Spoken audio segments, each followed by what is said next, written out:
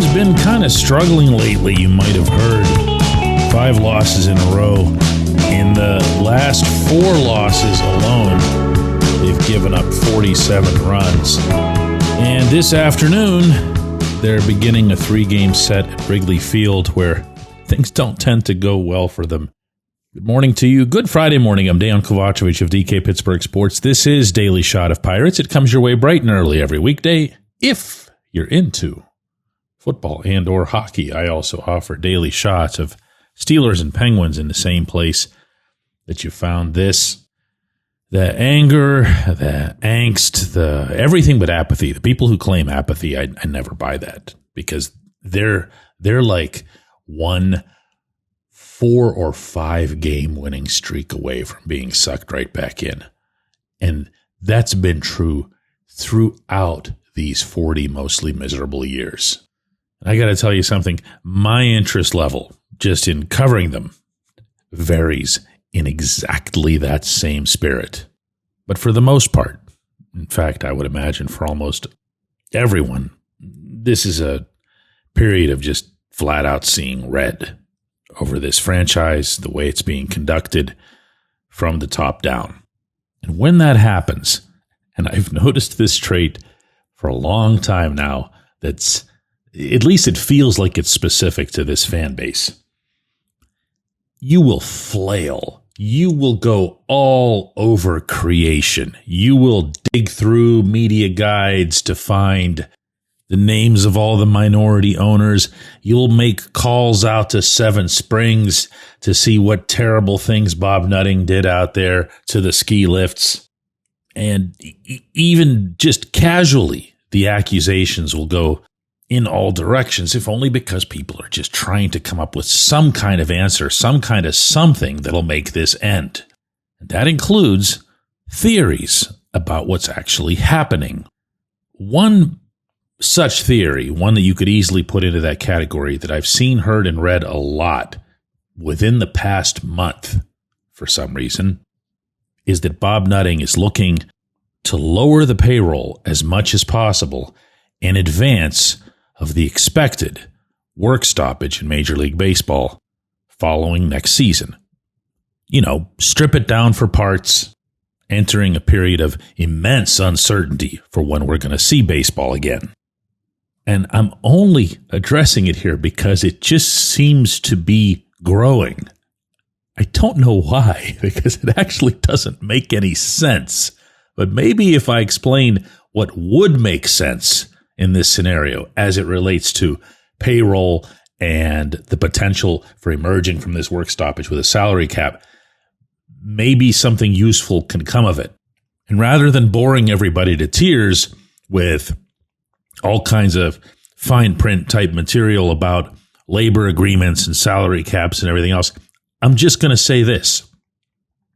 If you were managing this properly and ambitiously, and you had intelligent people in your baseball operations, right, that's strike 3, what you actually would do right now is sign Paul Skeens to an extension, a huge extension.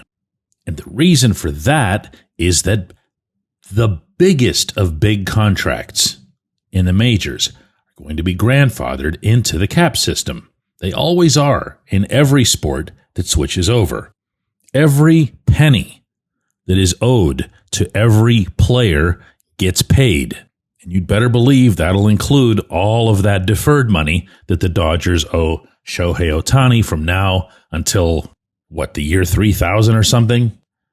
If you sign Skeens now to an unthinkable or previously unthinkable extension in Pittsburgh, you're actually going to be better equipped to pay that player than most other teams are in the cap system. That's how you'd capitalize on this. Now, I got to throw up 2 big sets of parentheses here. The first parenthesis is that absolutely positively no such conversations have occurred between the team and the pitcher or the team and the pitcher's agent. There are no talks, zero, no nothing.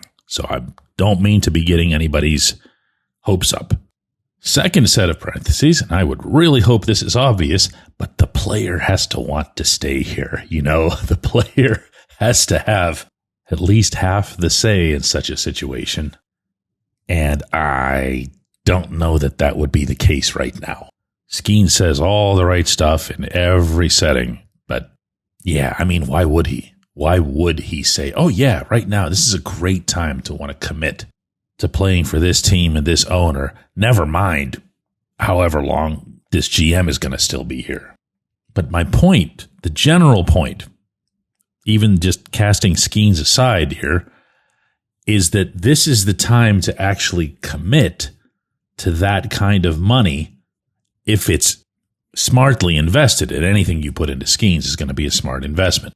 But you do it now while you have the player under your roof, the player seeing that you're putting forth something that would be, and it would have to be, I think, beyond fair market value, and not because they have to do something extra being the Pirates, just because he's a beyond fair market value performer.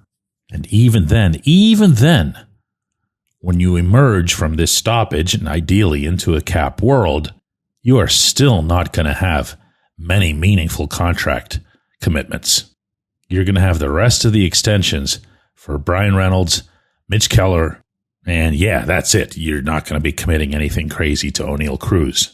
Before we go to break, I also want to address the reverse here. There's no logic in cutting payroll in advance of a work stoppage. This isn't COVID. You might recall that the Pirates emerged healthier than most professional sports franchises out of COVID because they weren't paying anybody. So when they were playing in front of empty stadiums in 2020, it hurt them, but it hurt them a lot less than it hurt the teams that were paying, 200, 300 million. That's not this. A work stoppage just means a work stoppage. Everybody's off, Nobody's getting paid at the player level. And it makes no difference if you're a Dodger, a Yankee, or a Met, or a Pirate. When we come back, J1Q. If you're looking for a great dining experience, look no further than Northshore Tavern. Located directly across Federal Street from PNC Park, next door to Mike's Beer Bar, Northshore Tavern is Pittsburgh's home for steak on a stone. Enjoy your steak finished on a hot lava stone in front of you, where you ensure each piece is cooked to exactly your liking. Or try their rotating selection of entrees, hot sandwiches, salads, and burgers, all while enjoying the ambiance dedicated to the great players and history of the Pittsburgh Pirates all around you. Come see why everyone's talking about Northshore Tavern and steak on a stone. It's Gun Storage Check Week. Help prevent unwanted access to your firearms. No one wants their unsecured gun to be used in an accident, a suicide, or a crime. Use lockboxes, safes, and locks to secure your firearms.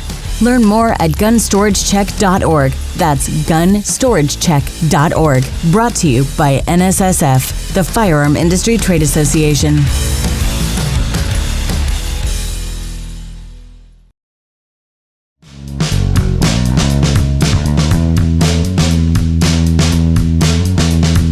Today's J1Q comes from Randy, who asks, first off, DK, thanks for continuing to produce these daily shots of Pirates.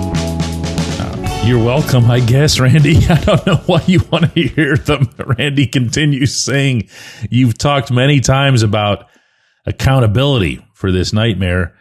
In my view, examples of accountability would include A, Bob Nutting selling the team. Won't happen. B, replacing the person masquerading as a GM. But here is my C. What accountability do you see for Travis Williams? Sure, he can't fire the GM without Bob's okay, but shouldn't he be in Bob's ear pushing him to do it? At the end of the day, don't you see him as more than just responsible for the Bricks fiasco? Some of my listeners, Randy, will know that I have known Travis for a long time. Travis was with the Penguins when they were winning Stanley Cups. And Travis is a guy that's been both respected and trustworthy wherever he's been. Remember that before the Pirates hired him before Nutting specifically went to Travis, because Nutting had a relationship with Travis beforehand as well, that the Islanders, the New York Islanders of the NHL, hired him to run a big chunk of their operation. He chose to come here, he chose to come home, and he chose to be a part of what I have no doubt in his heart was a wish to be part of a winner, because that's what he'd known in his previous capacity with the Penguins. Here's where I clear up a couple of factual things that'll come up on occasion. One is that Travis already is over Ben Cherington in the hierarchy. There are some who think that maybe because this is how it was with Frank Coonley and Neil Huntington, that they're at some same level. They're not. They're not. Travis has the authority, in the most technical sense possible, to fire Cherington. So why is all of my focus, and I do mean all of it, in ripping Nutting for not firing Cherington? That's because I know how they work. I know how the upper part of the Pirates works. It was Nutting who fired Derek Shelton, owner, firing manager. It was Nutting who began the firing chain in 2019 by firing Clint Hurdle. Here again, Nutting, firing manager. About a month or so after that, also in late 2019, Nutting wanted to fire Huntington and not Coonley. Coonley then tethered himself to Huntington. In other words, if he goes, I go. And Nutting was like, okay, then all of you go. In every case, and I can go all the way back to the firing of Dave Littlefield, it was Nutting doing this. It will be Nutting doing it again. So what we have here, and I love the fact that you brought this up too, because it's worthwhile when you ask, sure, he can't fire the GM without Bob's okay, but shouldn't he be in Bob's ear pushing him to do it? The answer to that is a hell yes. It is a massive hell yes. He should be in his ear every single day. I don't know if he is or isn't. What I can tell you, and I'm not guessing at this, is that Travis is hugely frustrated with all of the losing. He didn't switch jobs. He didn't come to Pittsburgh to all of a sudden, for the first time in his life and career, be labeled as a loser or part of a loser. So when I describe the people at the top who seem just completely comfortable with it, completely cozy, no issues. We lost. Oh, we blew 2 9-run leads, or we gave up 17 runs to the Brewers. That's okay. That's fine. No big deal. Trust the process. That's not him. Now, does that mean that he is deserving of keeping his job? Does that mean that he should be absolved of the awful Bricks fiasco when he's in charge of the business portion of the company? No, and I'm not doing that here. I'm trying to answer your question as accurately as I can.